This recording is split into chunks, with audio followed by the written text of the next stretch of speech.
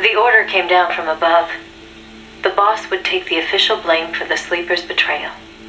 More so, she'd serve as the guinea pig for NASA's manned spaceflight program. By then, NASA had gotten as far as sending a chimp named Ham into space. Now came a whole battery of ground tests to pave the way for a human to take its place. High-G tests, zero-G tests, spacesuit tests, simulations in pressurized oxygen environments. Some of the tests were highly dangerous, too dangerous for the Mercury 7, who were by then already media darlings. So the boss was made to stand in for them. She could have refused the order, argued her side of the story against the CIA, but she didn't. The way she saw it, her military experience made her a potentially valuable asset to those tests.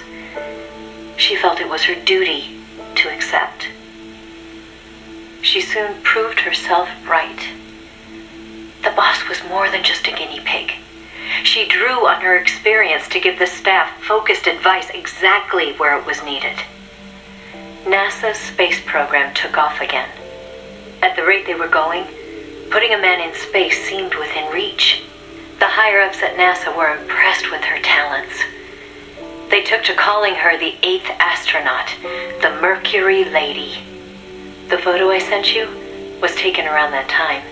I suppose maybe they were planning to use it as propaganda, the world's first female astronaut. But then, just as things were looking up, they hit a new snag. The government told them to add a window. There were no windows in NASA's spacecraft back then. Ham never saw the stars around him. But Washington insisted. Their sources told them Soviet spaceships had windows. Space exploration as a form of propaganda in itself. After all, what was the point of sending a man into space if he couldn't tell the world what he'd seen? Most of all, though, they simply couldn't have the Russians doing something they couldn't. It was sheer madness, and everybody knew it. NASA was already facing impossible deadlines. Now they were adding yet another element of uncertainty to the mix. Installing a window would both weaken the spacecraft and make it harder to shield the occupant from cosmic rays. They weren't about to put their Mercury 7 golden boys in that kind of danger. So the boss was chosen as the pilot instead. Even if she made it up into space, she was given less than a 20% chance of returning to Earth alive. But she took it in stride, even helping them make the necessary design changes to the Mercury capsule. It was like going to work every day at NASA to make her own coffin. Then, without warning, the U.S. received intelligence that the Soviets had moved their Vostok spacecraft to the launch site. The launch was set for the following day, April 12th, 1961.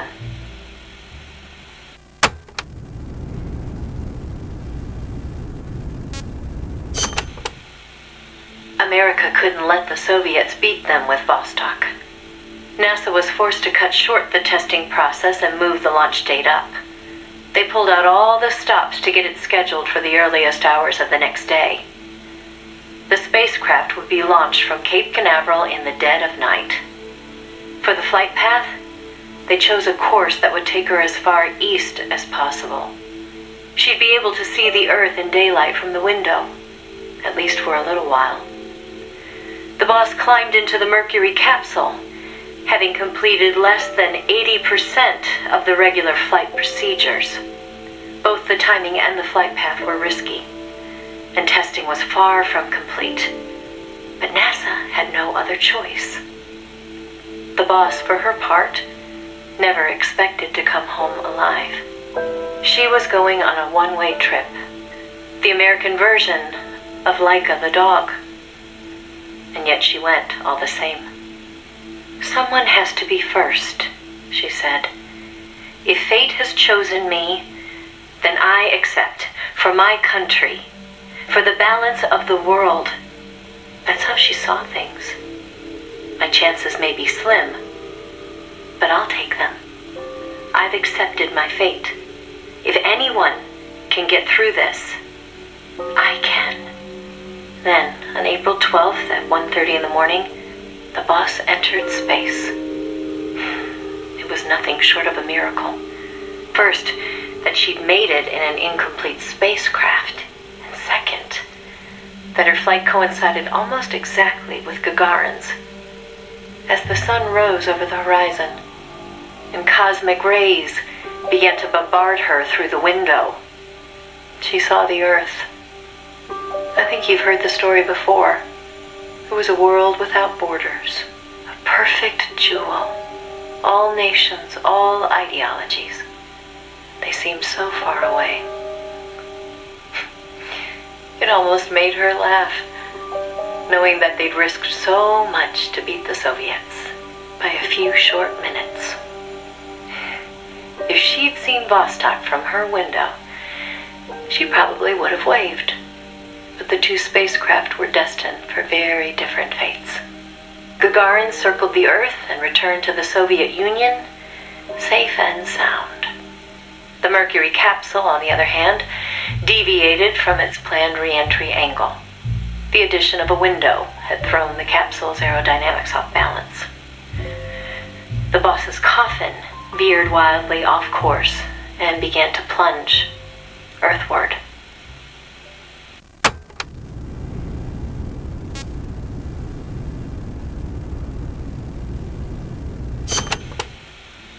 The course deviation caused the capsule to miss its splashdown point by a wide margin. It didn't have enough time to decelerate before crashing into the sea. The force of the impact shattered the spacecraft before it started to sink like a stone. The boss used the last of her strength to escape to the surface. Her body was covered in bruises and scorched by radiation. It was a miracle she was still alive. She slipped into a coma and didn't regain consciousness for 6 months. To some, what was worst of all was that she had lost the space race to Gagarin by only a few minutes.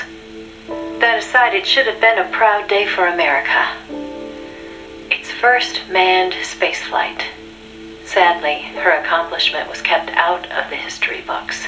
An attempt to save face by Washington.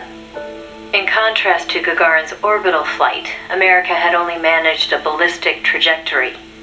Her flight time was much shorter, too. And most importantly, the Soviets had brought back both spacecraft and pilot safely.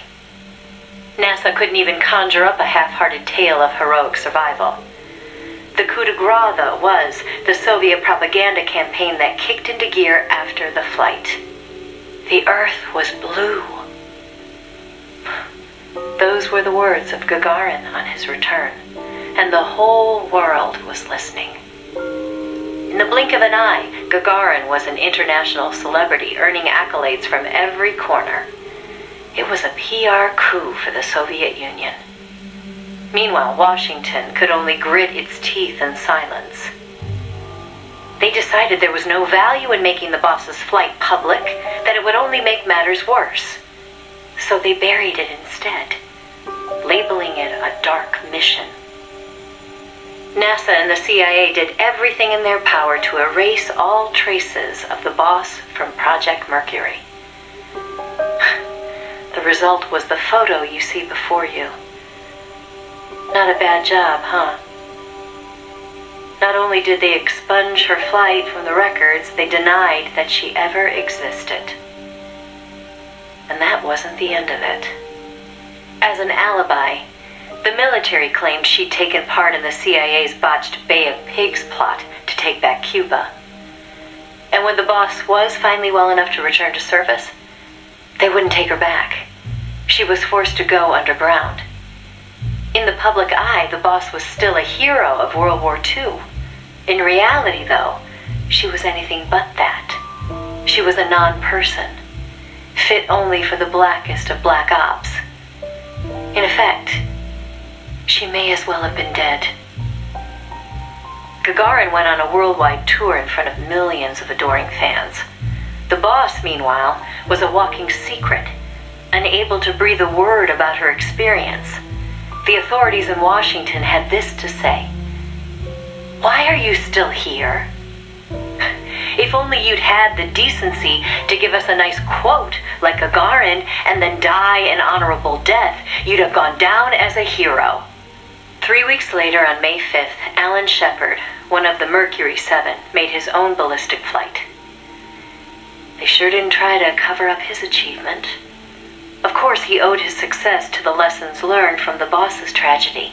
Before sending Gagarin up into space, the Soviets had used a mannequin called Ivan Ivanovich to test the landing procedure, which would make the boss America's version of a crash test dummy.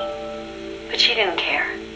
"I'm happy to be the dummy," she said, "if it'll help the project succeed. Nothing would give me greater satisfaction." And that still wasn't the end of it.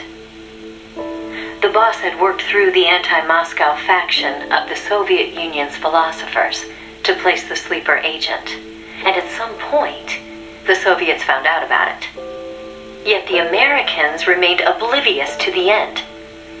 Even the philosopher network the boss plugged into never tipped them off to the double cross. That could only mean one of two things. Either the pro-Moscow philosophers had intervened, or the anti-Moscow philosophers had been turned. Either way, it was a situation their American counterparts couldn't stand. To preserve the philosopher's good name, and to repay her debt, so to speak, the boss once again made her way into the Soviet Union. There, she found herself face to face with the Soviets' own agent.